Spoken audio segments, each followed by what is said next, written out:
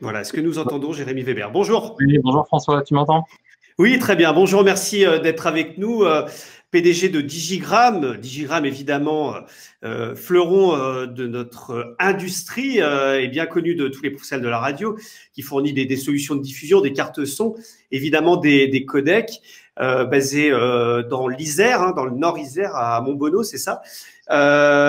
Merci d'être avec nous. D'abord, peut-être première chose, comment Digigramme vit cette situation exceptionnelle, assez incroyable?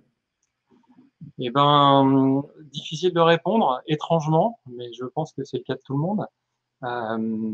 On s'est organisé, donc aujourd'hui on a une organisation qui tient. Faudra pas qu'elle dure trop longtemps parce que on aurait tous besoin de se voir, même si aujourd'hui, je dois dire que globalement nos activités continuent un peu comme d'habitude.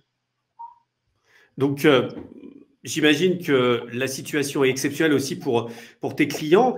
On le disait, hein, Digigramme fabrique et distribue des codecs et c'est grâce à ton matériel et ceux évidemment de tes concurrents que aujourd'hui les radios peuvent continuer de vivre.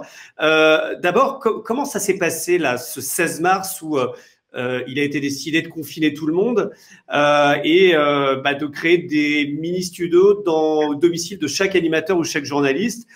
Comment ça s'est passé chez Digigramme? Est-ce que les radios étaient prêtes à tout ça? Alors, en ce qui concerne Digigramme, on est une entreprise comme une autre qui travaille pour la radio, certes, mais on est une entreprise qui développe et fabrique du matériel. Donc, effectivement, le 16 mars, on a tous rempli les coffres des voitures et on est tous repartis chez nous, quasiment sans exception. C'est-à-dire qu'aujourd'hui, sur les 40 personnes de Digigramme, j'ai environ 4 personnes sur site. Et avec cette organisation, on maintient, certes à un rythme un petit peu ralenti, mais on maintient absolument toute l'activité, que ce soit le support, les ventes, la logistique, la fabrication. Donc voilà, on a ralenti pour te donner en pratique, on fonctionne tous à mi-temps, ce qui sur une période courte est finalement un rythme plus soutenu qu'une période de juillet-août, par exemple.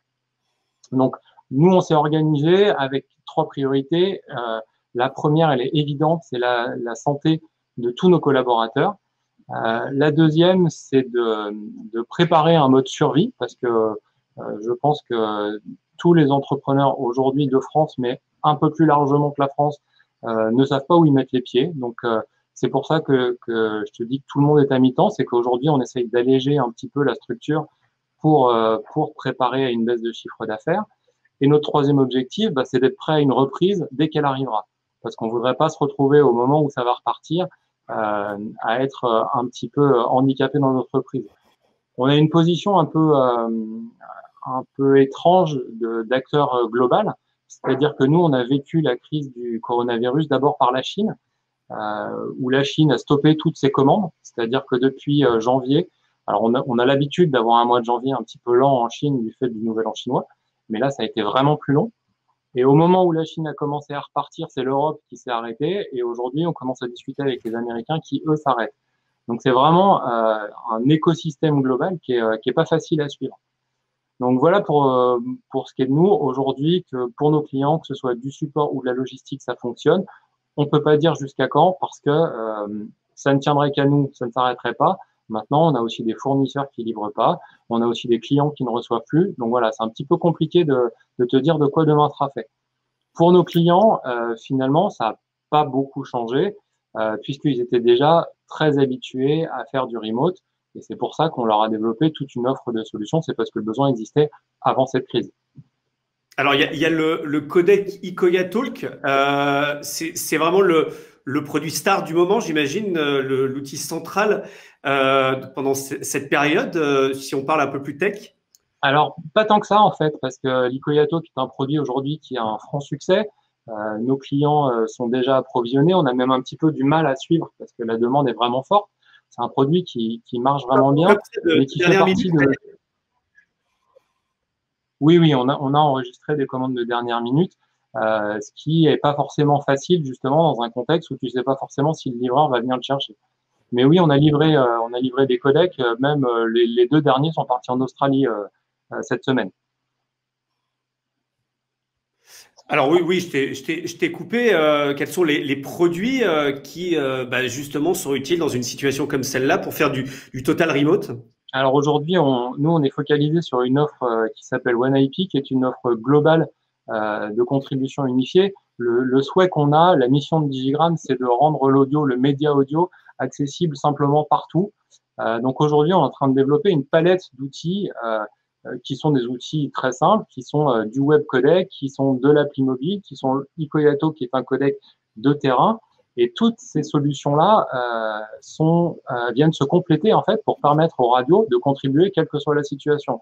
Aujourd'hui, évidemment, le produit qui a le plus le vent en poupe est contre toute attente un produit qui n'était pas disponible, qui est Ikoya Guest. Ikoya Guest, c'est la solution web RTC de Digigram qui permet à partir d'un simple lien Internet de contribuer immédiatement en ligne et sans matériel. Donc, la première réponse qu'on a eue, c'est que ce produit n'est pas disponible puisqu'il était prévu pour la fin de l'année. Et en fait, on a réalisé un Ikoya Guest Preview qui n'a pas toutes les fonctions qu'on attendait pour ce produit-là, mais vu le besoin du moment, on l'a réalisé pour nos clients et aujourd'hui, c'est une solution qui permet à des journalistes de se connecter à leur studio sans avoir à expédier du matériel. Oui, donc quelque chose d'extrêmement en souple et qui est totalement adapté.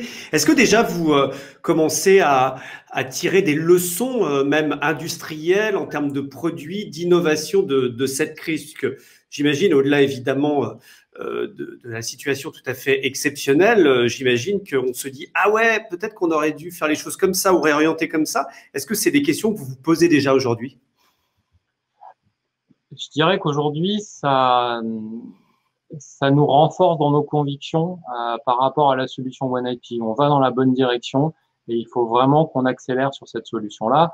Ça n'a rien de miraculeux, mais chez Digigram, depuis 3 ans, on a vraiment la passion de vouloir faire des solutions qui sont simples à utiliser. On veut simplifier l'usage du codec. Le codec, aujourd'hui, tu le disais toi-même, c'est un peu tech, c'est un outil qui est un peu complexe, il faut manier des adresses IP, il faut manier des comptes sites.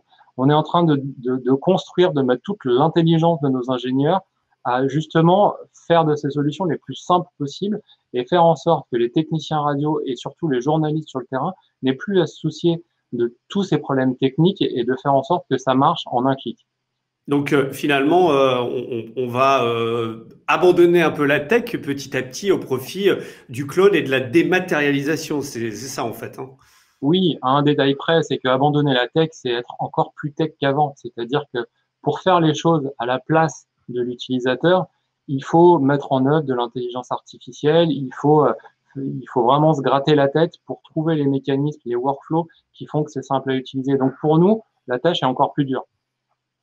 Comment tu vois la reprise? Comment ça va se passer? Il va bien falloir revenir à une situation normale, on va dire, pour nous tous. Alors, tu entendais tout à l'heure Jean-Éric Valli qui tapait un peu du poing sur la table en disant il va falloir arrêter de mentir, se dire la vérité. Quelle est ta vision en tant que chef d'entreprise de cette reprise et de ce nouveau monde qui va arriver certainement après cette crise et cette situation exceptionnelle?